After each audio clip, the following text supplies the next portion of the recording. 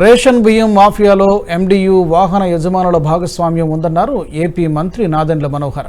YCP ప్రభుత్వంలో రైతులకు ఇవ్వాల్సిన ధాన్యం బకాయిల్లో తాము 1000 కోట్లు విడుదల చేశామని తెలిపారు. ధాన్యం సేకరణలో రైతులకు ఇబ్బందులు కలగకుండా కొత్త టెక్నాలజీని వాడతామన్నారు. మిల్లర్లు రైతులను మోసం చేయకుండా చర్యలు తీసుకుంటామని చెప్పారు. రాష్ట్రంలో ఫుడ్ మాఫియాను ఉపేక్షించే ప్రసక్తే లేదన్నారు నాదెండ్ల.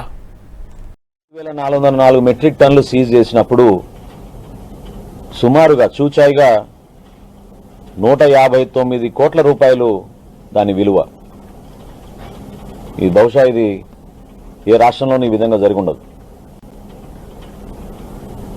ఈ ఫుడ్ మాఫియాని మాత్రం మనం ఎట్టి పరిస్థితుల్లో కూడా ఉపేక్షించే సందర్భం రాకూడదు.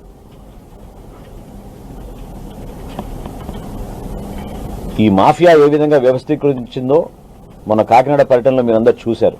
చాలా మంది మీడియా మిత్రులు, అధికారులు కూడా మేము మొట్టమొదటిసారి మమ్మల్ని కాకినాడ పోర్ట్లో గేట్ దాటి మమ్మల్ని రానిచ్చారనే విషయం చెప్పినప్పుడు నేనే ఆశ్చర్యపోయాను.